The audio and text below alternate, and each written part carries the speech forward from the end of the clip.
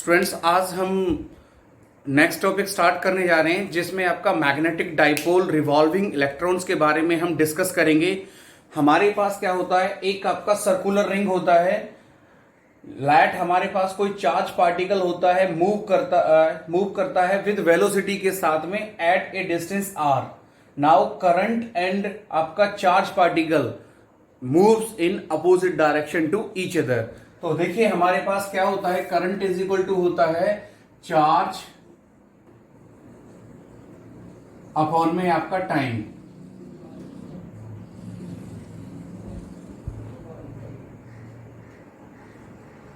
तो charge is equal to किसके बराबर होता है, चार्ज को हम देखिए क्या लेते हैं, Q अपॉन में T या फिर आपका E अपॉन में T। ओके, नाउ हमारे पास टाइम टेकन क्या हो गया, now the time taken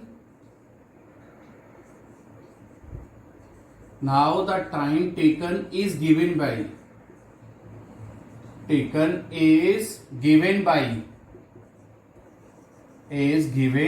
by it means t is equal to क्या होता है आपका, t is equal to distance upon में वेलोसिटी, डिस्टेंस अपॉन में आपका velocity, then which is equal to किसके बराबर होता है, मींस डिस्टेंस क्या हो गया आपका 2 पाई आर, पूरे टोटल इसका सर्कल का 2 पाई आर अपॉन में आपका v। ओके, तो अब इस इक्वेशन को हम इसको फर्स्ट मान लें, इसको हम सेकंड मान लें। इस t का वैल्यू इक्वेशन फर्स्ट में पुट करने पर, यानी substitute equation second in equation first, what happen means I is equal to आपका क्या हो गया, मींस E अपॉन में 2 पाई R अपॉन में आपका V which is equal to V ऊपर आ गया, then 2 pi R। Okay, current का वैल्यू इतना हो गया। अब देखिए आपका स्टूडेंट्स लीनियर मोमेंटम क्या होता है, देखिए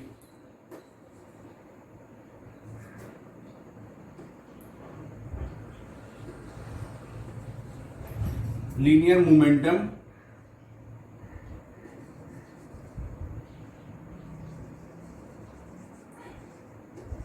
मींस आपका mv/r is equal to nh। तो हमें इसमें यहां पर वेलोसिटी निकाल लेना, v is equal to nh upon में mr।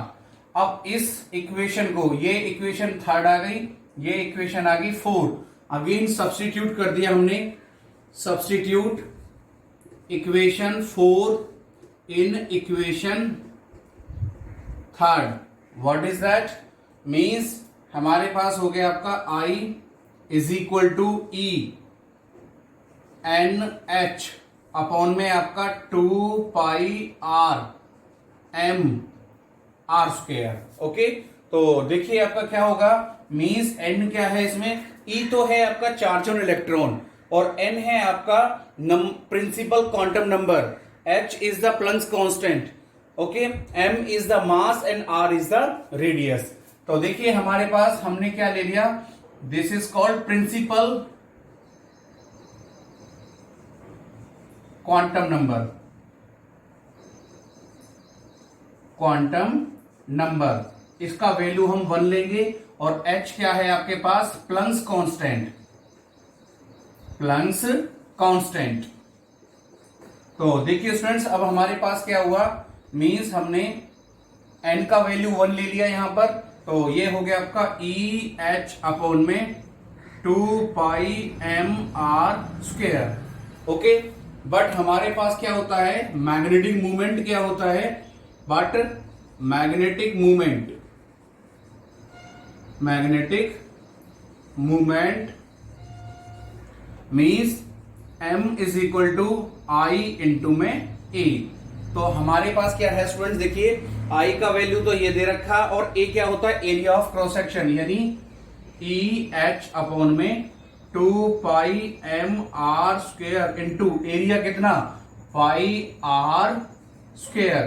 तो आपका क्या हुआ स्टूडेंट्स, मींस पाई से पाई कैंसल, R स्क्वायर से R स्क्वायर कैंसल, तो बचा क्या आपके पास, देखिए ई एच अपॉन में आपका means 2m। This is called magnetic movement. यानी ई क्या है, चार्ज और electron, h is the Planck's constant और आपका m is the mass of electron, and this is called magnetic dipole revolving electron. Next आता है स्टूडेंट्स आपका Gauss line magnetism. देखिए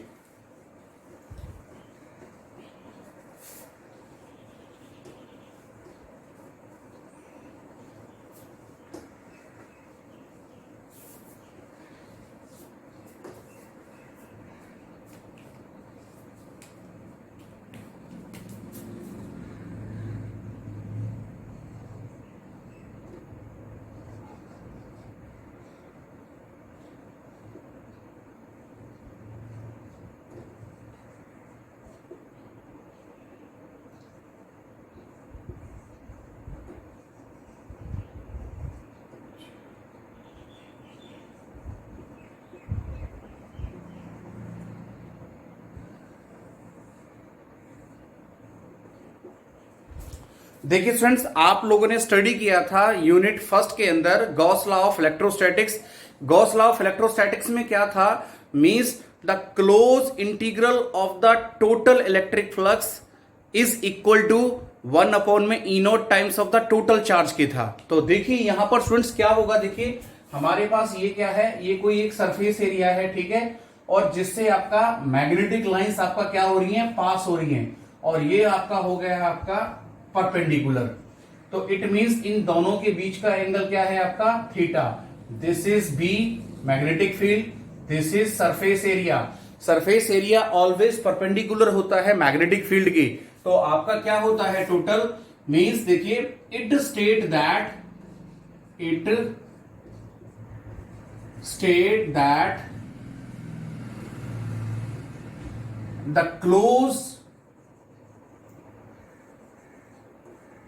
line integral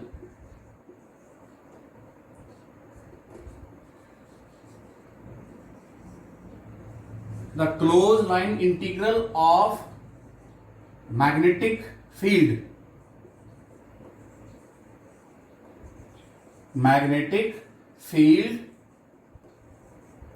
is equal to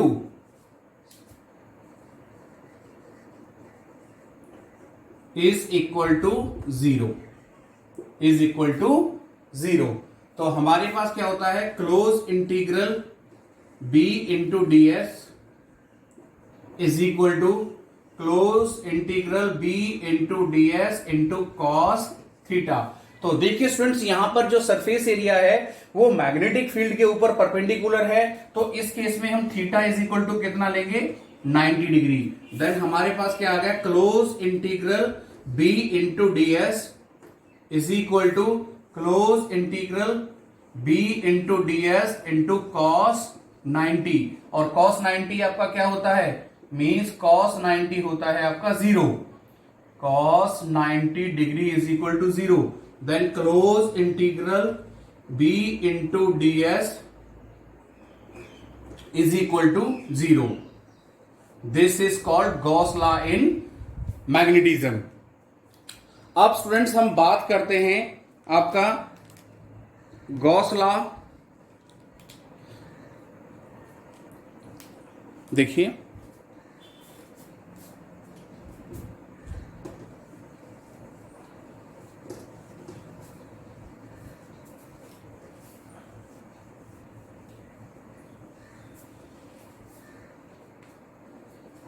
देखिए students, हमारे पास अब हम डिस्कस करते हैं आपका मींस आपने पढ़ा था फर्स्ट यूनिट के अंदर कूलॉम्स लॉ ऑफ इलेक्ट्रोस्टैटिक्स। अब इसमें पढ़ोगे Coulomb's law in magnetism.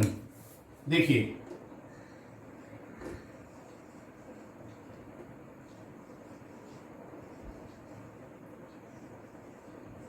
Coulomb's law in magnetism.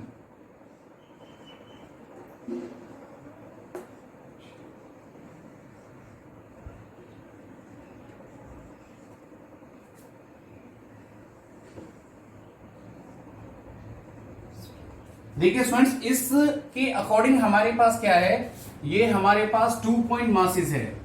It means this is m1 और दिस इज आपका m2 is placed at a distance r।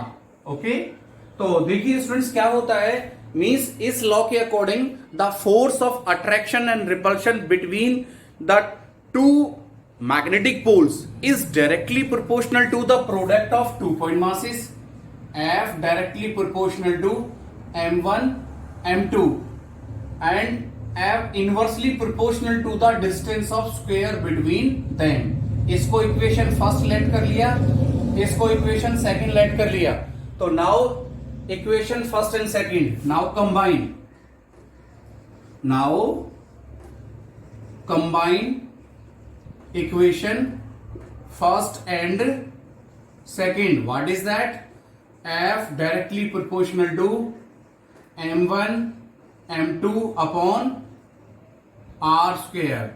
तो देखिए आपका when we remove the directly proportional to sign then F is equal to k m1 m2 upon में r square। but what is the value of k? that is आपका constant, means k is equal to mu naught upon में 4 pi. तो ये हो जाएगा आपका F is equal to mu naught upon में 4 पाई।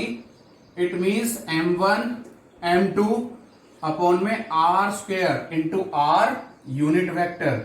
Okay, this is called Coulomb's law in magnetism. यानी इस लॉ के अकॉर्डिंग जो फोर्स ऑफ अट्रैक्शन और रिपल्शन होता है between the two magnetic poles के बीच में is directly proportional to m1 and m2।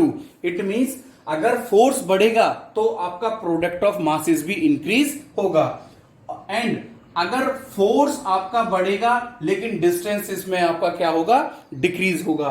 And this is called Coulomb's law in magnetism. Next हम बात करते हैं students bar magnet as a solenoid. देखिए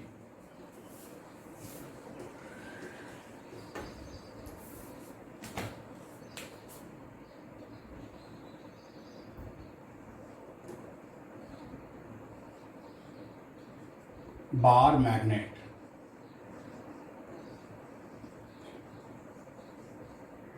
as a solenoid।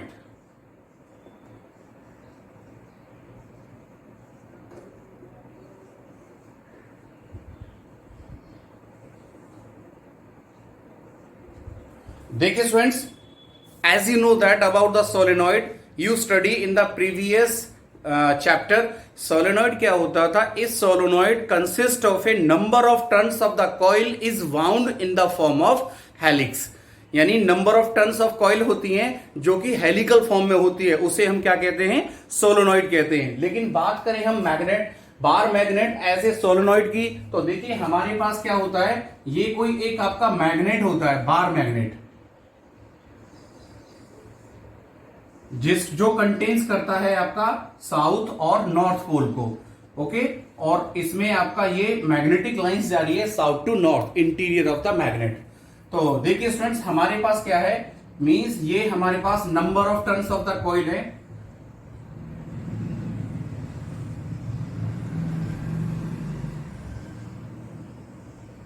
यानी यहां से करंट आपका एंटर कर रहा है और यहां से करंट आपका एग्जिट कर रहा है। तो स्टूडेंट व्हाट डज हैपन, जब किसी हम बार मैग्नेट को number of turns of coil के अंदर से मूव कराते हैं तो वो बिहेव करता है किसकी तरह? सोलेनॉइड की तरह। यानी ये हमारे पास क्या है, consider the number of turns of the coil carry the current I. When the bar magnet moves towards the coil then it behaves as a bar magnet as a solenoid. Okay, next topic आता है आपका electromagnets के बारे में बात करते हैं हम, या इसको हम लिख भी देते हैं, चलो। When A bar magnet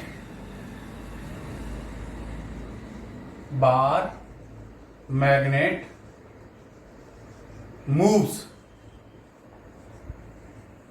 through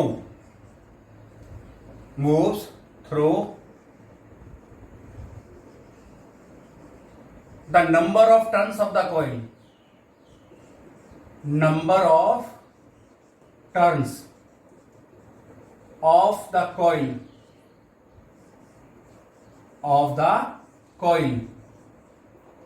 it behaves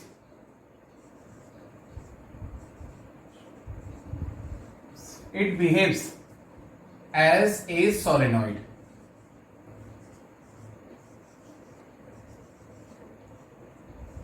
It behaves as a solenoid.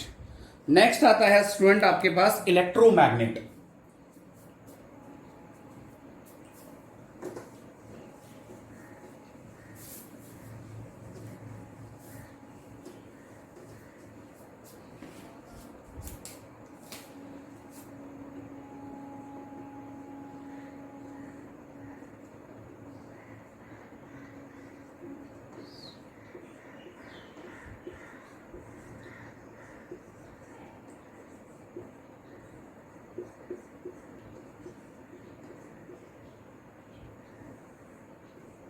Electromagnet होता क्या है students? It is defined as the soft core of iron which becomes a magnet due to the flow of an electric current. Okay, means देखिए, it is the soft iron core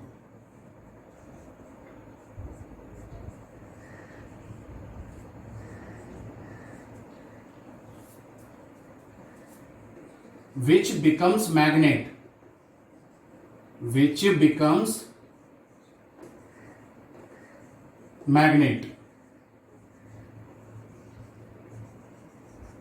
due to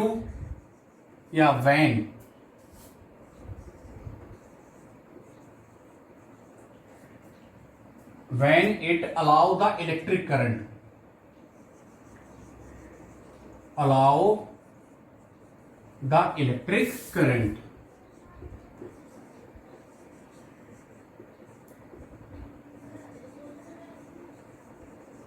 it is called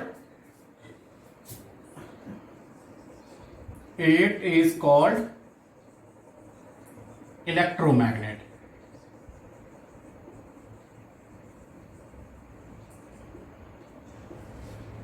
students, जो electromagnet होता है ये strong magnet होता है जिसका use electric trains में किया जाता है, या फिर इसको हम किसी भी हैवी ऑब्जेक्ट को उठाने के लिए इसका यूज हम करते हैं. And this phenomena we calls electromagnet. Thank you very much.